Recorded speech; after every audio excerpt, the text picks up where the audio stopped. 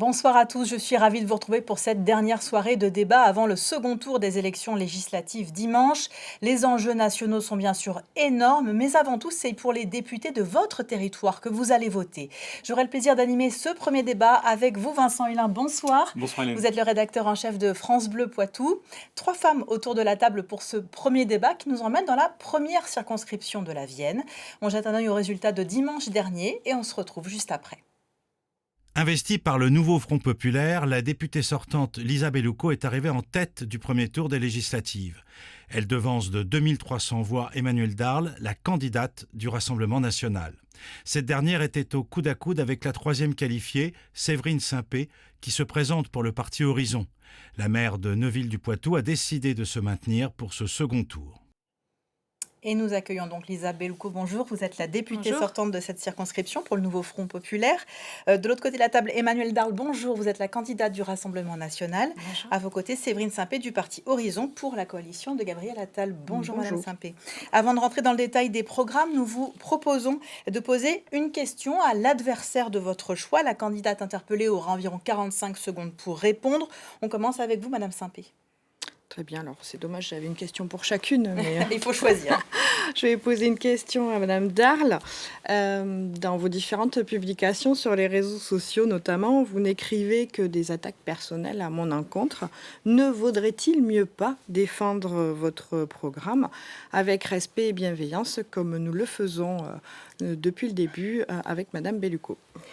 Alors, je défends mon projet avec respect et bienveillance, madame, et moi je ne méprise personne. Je ne fais preuve d'aucune suffisance.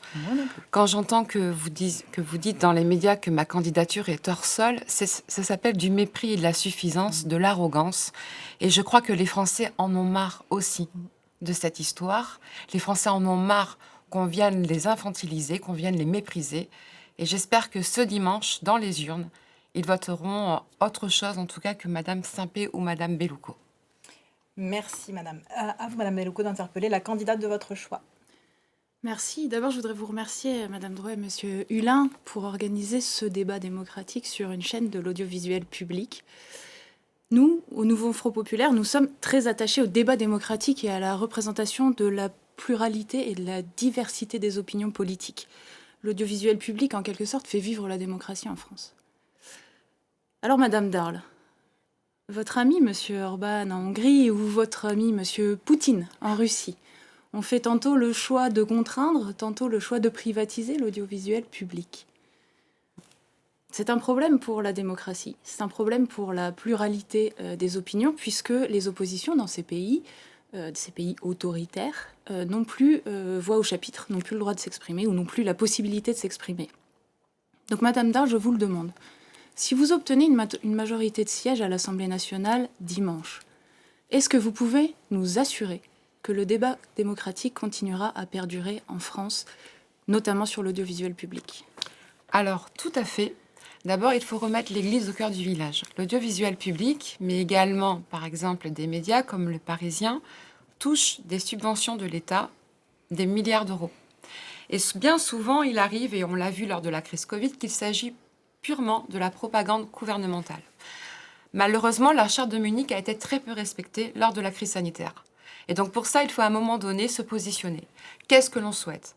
Les médias aujourd'hui, certains médias qui sont largement subventionnés et qui sont publics, pour autant cautionnent, font la propagande de ce gouvernement. Mais concrètement pour Radio France ou France Télévisions, est-ce que vous nous mettez dans ce sac-là? Est-ce que vous privatisez ou pas? Non, je crois qu'il s'agit là, en fait, qu'il s'agit bien du métier de journaliste. C'est-à-dire qu'il y a des journalistes qui respectent la charte de Munich, il y a des journalistes qui ne la respectent pas. Donc à un moment donné se pose la question, que fait-on? Les médias doivent être en contre-pouvoir au gouvernement. Et donc dans cette vision-là, finalement, toutes les opinions doivent être entendues. Mais votre présence ici montre bien que toutes les opinions ont le tout droit à fait. au chapitre. Mais pendant la crise sanitaire, madame, est-ce que toutes les opinions ont été entendues? Absolument pas. Il y a des scientifiques qui ont reçu des étiquettes qui ne reposent sur rien et qui n'ont absolument pas été entendus. Et ça, c'est malheureusement un problème de pluralité d'opinion, parce que oui, il faut respecter les opinions. Toutes les opinions sont respectables, madame.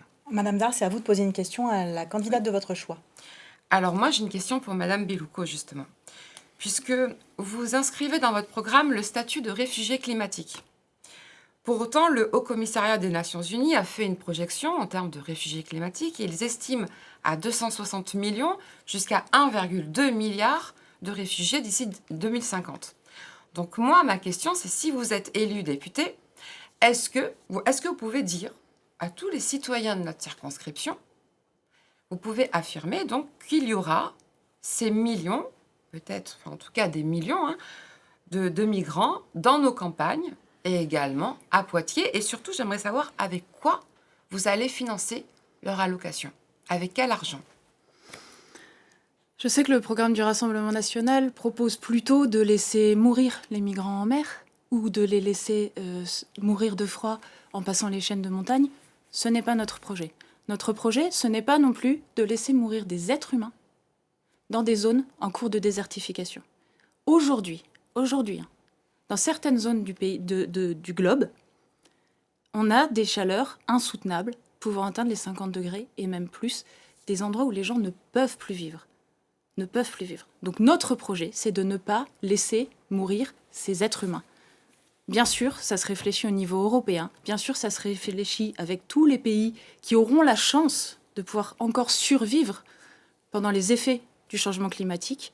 Évidemment, la France seule ne va pas recevoir toutes ces personnes, mais nous refusons absolument de laisser mourir ces femmes et ces hommes dans des déserts climatiques. Merci beaucoup pour cette première partie. On va rentrer maintenant dans les thèmes principaux de ce débat. On commence avec l'éducation. Oui, les projets de l'éducation des principaux partis, on va le voir, dessinent des modèles d'écoles et de sociétés très différents. Parmi les grands principes du système éducatif, bien sûr, la liberté de l'enseignement, la gratuité, la neutralité, la laïcité, l'obligation scolaire, bien évidemment.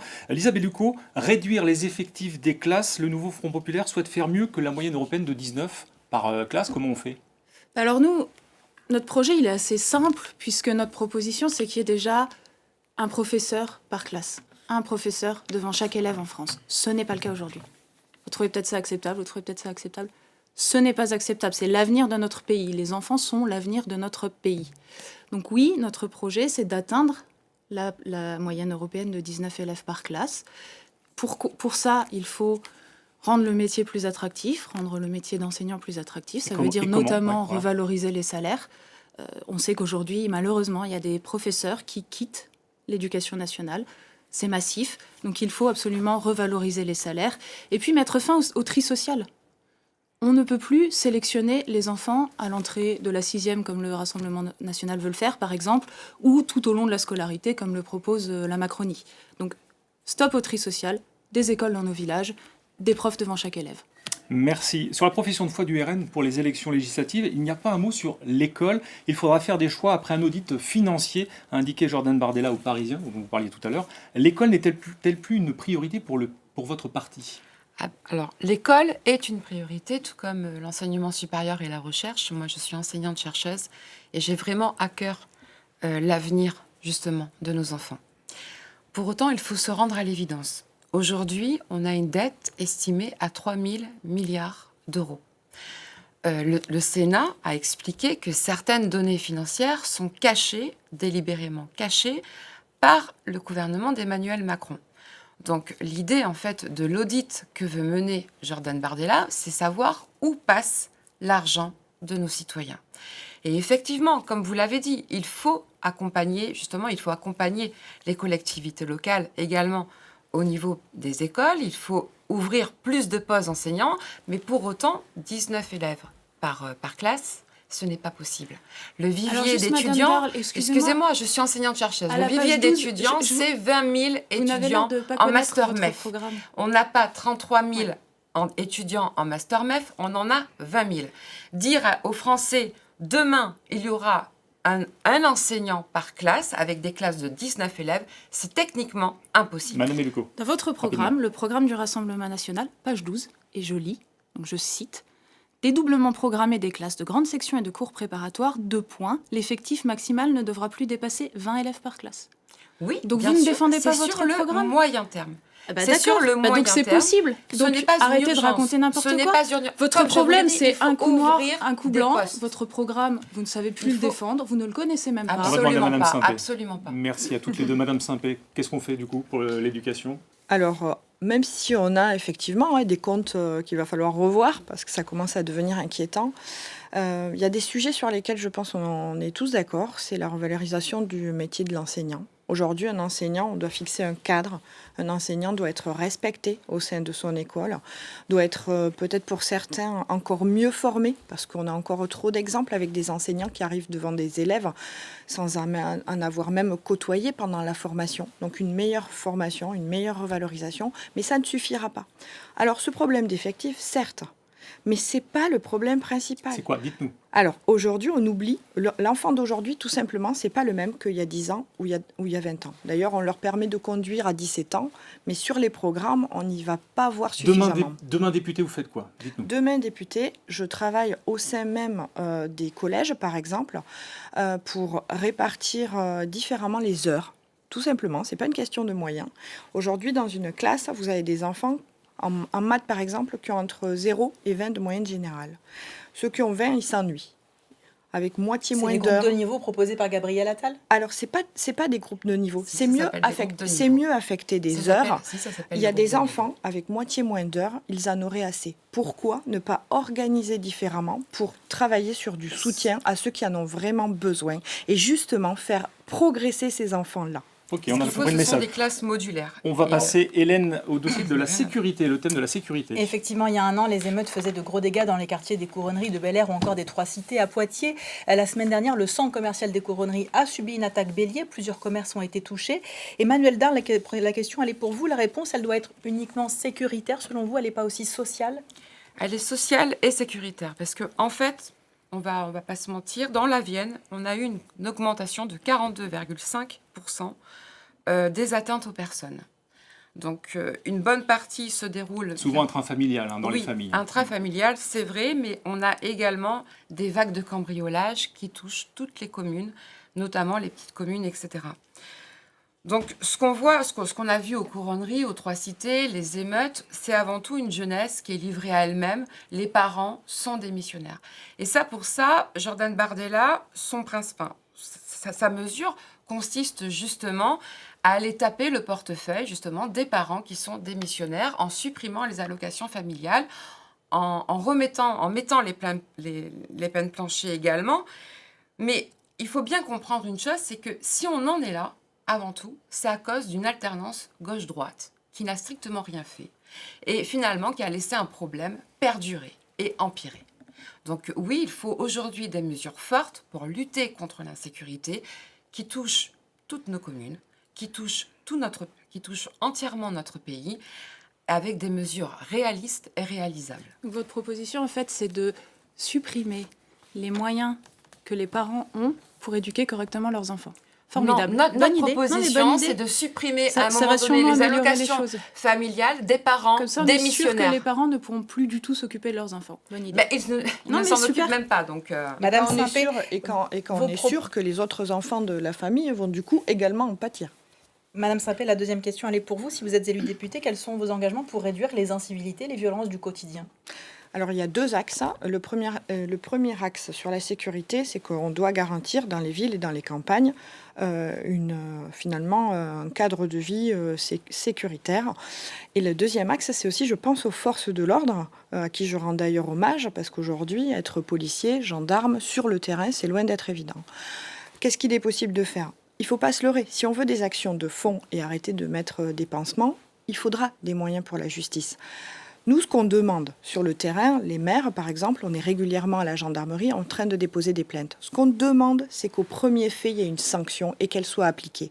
Autant, finalement, pour les agresseurs, pour qu'ils prennent conscience de leurs actes. Le retour des peines planchées, comme le propose le RN, c'est la même chose? Ben, c'est surtout le délai. Oui, moi, j'agirais sur le délai. Aujourd'hui, si vous avez un jugement qui intervient un an et demi après, ça n'a pas du tout le même effet, ni pour les victimes, ni pour les auteurs des actes. Et puis, je pense aussi à nos forces de l'ordre qui sont confrontées à deux problématiques. Beaucoup de travail de bureau, donc il y a peut-être de la simplification à avoir, et aussi beaucoup de gestion gestion d'une population qui ne trouve pas sa place. On a des personnes sur le terrain, dans nos communes, qui devraient avoir une place en institution. Et pendant des semaines, nos gendarmes ou nos policiers sont en train de gérer un cas au lieu d'aller gérer des cambriolages ou autres. Merci beaucoup. Madame Bellouko, comment est-ce que vous analysez, vous, ces violences qu'on a pu connaître dans les quartiers de Poitiers? C'est l'expression d'un mal-être ou c'est aussi la preuve qu'il faut un renforcement des forces de police?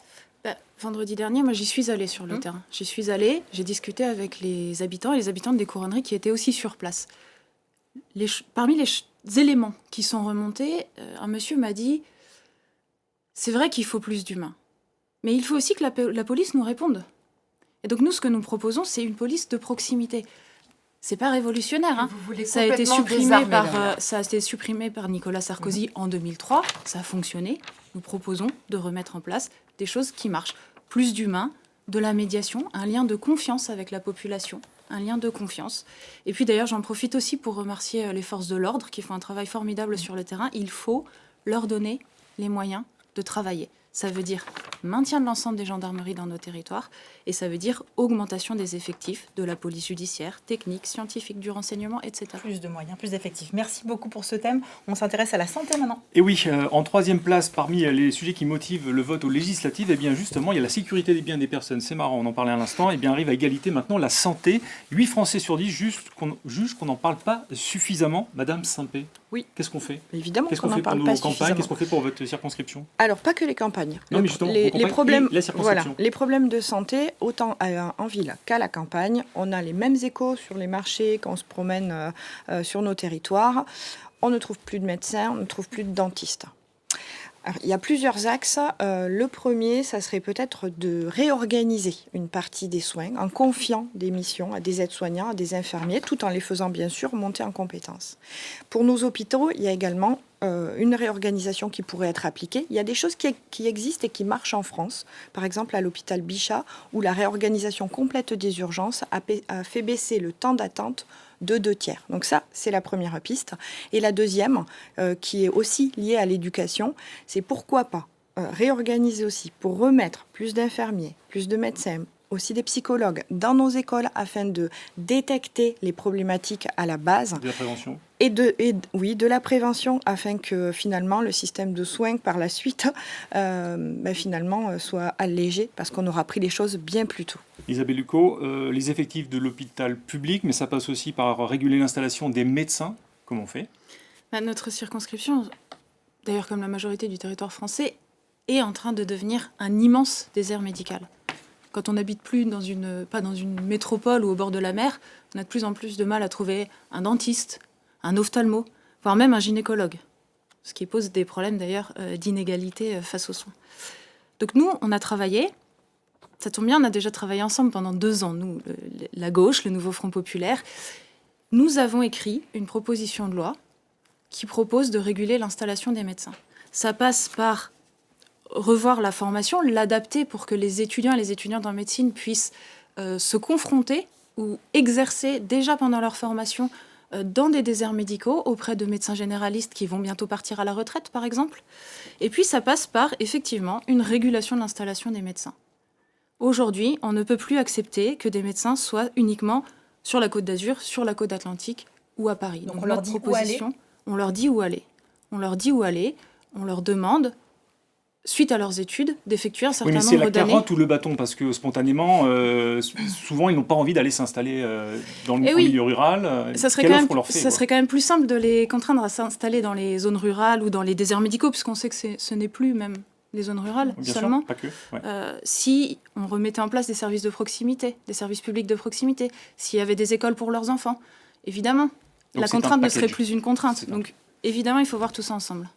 Autre proposition, Madame Darle, exonérer d'impôts sur les revenus d'activité les médecins, les infirmiers retraités reprenant du service. Ça, c'est une des propositions. Oui. A priori, les spécialistes disent c'est hors sol, ça ne marche pas. Alors non, ça peut marcher parce qu'en fait, il faut lever justement les règles autour du cumul emploi-retraite. Mais par contre, avant de répondre, j'ai quand même une question à Madame Simpé puisqu'elle représente le parti d'Édouard Philippe qui a mené quand même, je le rappelle, le Ségur de la santé en 2020. Ce qui en est ressorti, clairement, c'est le néant. Donc, arriver en faisant des propositions, après quand même quelques années de mandat à son actif, c'est un petit peu quand même hors sol. Alors, moi, je quand on pense fait des que propositions, c'est pas hors Non, sol non, et ça c'est hors s'appuie sol, sur des parce que constatations finalement, de Édouard terrain. Philippe avait les moyens Ça de s'appuie sur des mettre en constatations avant, de terrain. en Madame Darl, mesure, ce qu'il avait promis. Une minute, Mais une je vais proposition. continuer. Allez-y, s'il vous plaît. Je vais continuer. Ce qu'il faut aussi, il faut aller vers il faut lever les leviers autour du cumul emploi-retraite, mais également il faut former. Je rappelle qu'Édouard Philippe avait promis un plan étudiant d'1 milliard d'euros pour justement permettre d'avoir plus d'étudiants dans les filières en fait ex-PACES, donc les nouvelles filières LAS et PASS. Et puis, sur ces 1 milliard d'euros, il n'y a eu que 52 millions. Donc, ce qu'il Demain faut, député, vous c'est- faites quoi, Madame Darl? ben, Dites-nous. ce qu'il faut, clairement, c'est donner les moyens. C'est donner les moyens aux universités de former plus d'étudiants. Ce qu'il faut, c'est un grand plan pour rénover le secteur de la santé, favoriser également l'innovation et lutter contre la désertification médicale. Donc on fait mieux et on fait plus. Alors par contre, Et- le cumul avec la retraite, c'est impossible. A Les priori, ça ne médecins marche pas. partent, ça marche pas. Les médecins On est partent d'ac- très tard à la retraite. On a entendu le message. Hélène, nous allons parler du pouvoir d'achat. Oui, cette question a été largement débattue par vos représentants nationaux. Mais si on veut se rapprocher au plus près de vos électeurs, quelles sont vos propositions pour que les habitants de Poitiers, de Saint-Julien-de-Laz ou encore de Mirebeau aient plus de pouvoir d'achat? Isabelle Loucon, on commence avec vous. Moi, je vous le dis avec gravité. On est dans une situation d'urgence sociale aujourd'hui. Le pouvoir d'achat des Françaises et des Français s'est dégradé. La précarité et les inégalités ont explosé. On a vu les files d'attente à l'aide alimentaire s'agrandir et s'agrandir. Les retraités doivent travailler en plus de leur retraite. Ça semble vous plaire, mais ce n'est pas normal de ne pas pouvoir vivre de sa retraite. Donc le nouveau Front populaire, c'est plus de justice sociale. Quand on parle de pouvoir d'achat, on peut agir sur les prix, sur les revenus. Sur les revenus, on augmente le SMIC, mais aussi on indexe les salaires sur l'inflation et les retraites. Et puis, on augmente le point d'indice des fonctionnaires, évidemment. N'oublions pas les fonctionnaires qui sont une bonne Mais partie tout de ça nos coûte très travailleurs cher. et de nos travailleuses. Et puis, on bloque les prix des produits de première nécessité, l'alimentation, l'énergie, par exemple. Madame Darl, vous agissez plus sur les prix ou les salaires, vous? Alors, nous, d'abord, on veut agir sur les salaires. On veut agir sur les prix. Je m'excuse. Mais en fait, sur les prix et également sur les salaires. Ce qu'on veut, c'est d'abord une baisse de la TVA de 20% à 5,5%. Encourager une diminution, une augmentation, de 10% du salaire avec une exonération de charges sur les 10%. Parce que ce qu'on sait, c'est que le SMIC à 1 600 €, pour beaucoup de TPE et de PME, c'est strictement impossible. C'est mettre une économie à genoux. C'est terminer finalement le travail du gouvernement d'Emmanuel Macron, représenté par Madame Sampé. Pas du tout. Donc ce qu'il faut... Vous vous trompez. Encore une écoutez, ne dites pas que Édouard Philippe n'est pas un allié d'Emmanuel Macron. Madame Sampé, vous n'êtes pas Il crédible. n'est plus dans le Donc gouvernement, ce qu'il sauf erreur faut, de ma c'est part. faire une exonération de la TVA sur 100 produits de première nécessité et surtout proposer un prix français pour l'électricité. L'Espagne et le Portugal l'ont fait. C'est une négociation à mener avec Bruxelles. Ça permet de baisser la facture d'électricité de moins de 40% pour chaque ménage dès l'automne 2024. Ça, c'est extrêmement important. Brièvement, si vous avez une question, Madame Bellouco. Oui, j'ai l'impression que Madame Darl ne travaille pas trop ses dossiers, parce que l'Espagne, par exemple, a augmenté de 54% depuis 2018 son salaire minimum et a créé 840 000 emplois. Comme quoi, augmenter le salaire Madame minimum Sampé, ne nuit pas à l'emploi. Les propositions de votre parti, si vous êtes élu député? Oui, alors, juste en un mot, mais augmenter les salaires, quand on est sur le terrain depuis 3 semaines, on note, alors nous, on n'a pas que des multinationales sur la Circo, on a des entreprises de 1 à 10, à 20, à 30 Que vous salariés. disent ces chefs d'entreprise? Ils sont inquiets. Ils sont inquiets parce qu'aujourd'hui, les marges de manœuvre sont réduites. Et le temps que la consommation reparte, ils craignent de ne pas y arriver. Moi, je pense plutôt que derrière le pouvoir d'achat, il faut mettre de l'emploi, de l'économie. Alors certes, je conçois, on l'a tous vu, que de boucler les fins de mois, c'est plus difficile, et notamment pour les personnes en difficulté. Moi, j'aurais 2 pistes à proposer. La première, c'est maintenir un prix d'électricité à un niveau plus réduit. Mais pour cela, je ne proposerai pas baisser la taxe, la TVA, etc. Non, il faut être encore plus indépendant et s'appuyer. Plus de nucléaire? Plus Oui, s'appuyer sur l'excellence de notre filière nucléaire et C'est d'ailleurs peut-être tous pas une les mauvaise emplois idée, mais une qu'il y a centrale nucléaire, derrière. ça sortira dans 15 ans. Mais Madame Bellucco, Qu'est-ce qu'on fait aujourd'hui? mais Il y a Madame urgence Bellucco, aujourd'hui, en Madame plus, on Sampé. travaille au quotidien, et vous le savez, avec les collectivités territoriales, à développer Les les énergies Vous allez renouvelables. peut-être être d'accord sur ce sujet. Et juste Comme quoi. sur les énergies renouvelables, on dit souvent panneaux photovoltaïques, éoliennes. Il faudrait penser aussi un peu plus peut-être à la géothermie. Et pour les éoliennes, un point de détail, mais non négligeable, il faut absolument le faire avec les territoires pour que ce soit accepté. Voilà, donc travailler vraiment sur l'énergie et sur l'emploi, ça serait... moi, j'aimerais qu'on parle plutôt de améliorer le retour vers l'emploi, parce qu'on n'aidera pas les gens avec un système social de plus en plus contraint et où on a du mal finalement à le financer. On aidera les gens par le retour à l'emploi. La réinsertion. Donc lever les freins vers l'emploi, la réinsertion, mais aussi lever les freins à la mobilité, les freins en termes de formation, les freins à l'emploi pour les personnes en situation de handicap. Voilà, donc lever Merci. les freins à l'emploi. Merci. Avant de clore ce débat, je vous propose à chacune de prendre la parole pour vous adresser en 1 minute à nos téléspectateurs et à nos auditeurs. Emmanuel Darl, on commence avec vous. Oui, alors, les citoyens auront 3 projets ce 7 juillet. Ils auront le projet de la NUPES 2, on va dire, le nouveau Front populaire, rassemblé autour de la personnalité de Jean-Luc Mélenchon, avec une extrême gauche extrêmement violente. Et puis le projet porté par Madame Sampé, porté par Horizon, Édouard Philippe, donc un allié, bien sûr, d'Emmanuel Macron, avec un groupe parlementaire extrêmement faible en termes de députés, et qui n'auront strictement aucun poids au niveau de l'Assemblée nationale.